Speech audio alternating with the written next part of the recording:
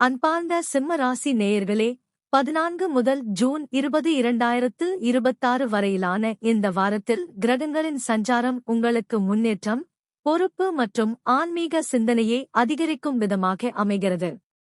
சில விஷயங்களில் பொறுமை தேவைப்பட்டாலும், எதிர்கால வளர்ச்சிக்கான அடித்தளத்தை அமைக்கும் வாரமாக இது அமையக்கூடும்.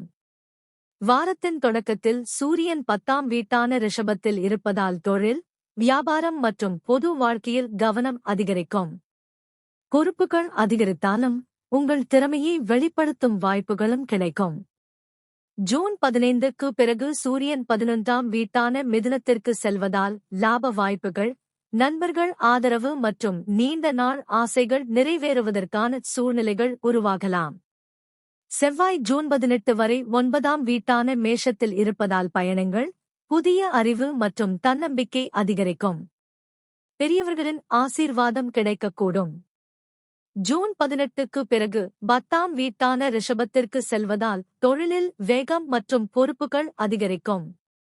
நிதானமாக செயல்பட்டால் நல்ல முன்னேற்றம் காணலாம். புதன் 11ஆம் வீட்டான மிதுனத்தில் இருப்பதால் நண்பர்கள், தொடர்புகள் மற்றும் வணிக முயற்சிகள் மூலம் நன்மைகள் கிடைக்கலாம். புதிய ஒப்பந்தங்கள் அல்லது புதிய தொடர்புகள் உருவாக வாய்ப்பு உள்ளது. குருவும் சுக்கிரனும் 12ஆம் வீட்டான கடகத்தில் இருப்பதால் ஆன்மீக சிந்தனை, தியானம், இறை வழிபாடு மற்றும் உள்ளார்ந்த அமைதிக்கான தேடல் அதிகரிக்கலாம்.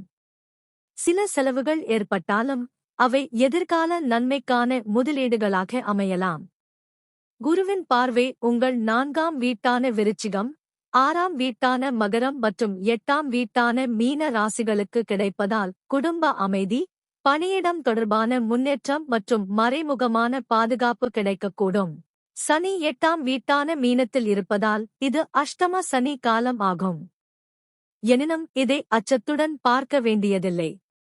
வாழ்க்கையில் பொறுமை, அனுபவம் மற்றும் ஆன்மீக முதிர்ச்சியை கற்றுத்தரும் காலமாக இதை எடுத்துக் கொள்ளலாம். முக்கிய முடிவுகளை நிதானமாக எடுப்பதும் உடல்நலத்தில் கவனம் செலுத்துவதும் நல்லது. ராகு 7ஆம் வீட்டான கும்பத்தில் இருப்பதால் கூட்டாண்மை மற்றும் உறவுகள் தொடர்பான விஷயங்களில் தெளிவான பேச்சு முக்கியம். மற்றவர்களின் கருத்துக்களையும் மதித்து செயல்படுவது நல்ல பலன்களை தரும். உங்கள் ராசியிலேயே கேது இருப்பதால் தன்னிலை ஆய்வு மற்றும் ஆன்மீக ஆர்வம் அதிகரிக்கலாம்.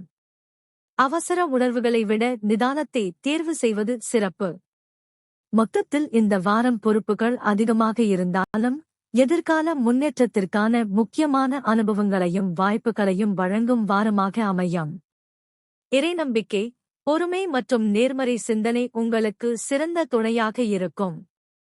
பரிகாரம்: ஞாயிற்றுக்கிழமைகளில் சூரிய பகவானுக்கு அர்க்யம் செலுத்தி வணங்குங்கள். ஆதித்ய ஹிருதயம் பாராயணம் செய்வது மன உறுதி மற்றும் தன்னம்பிக்கையை அதிகரிக்கும்.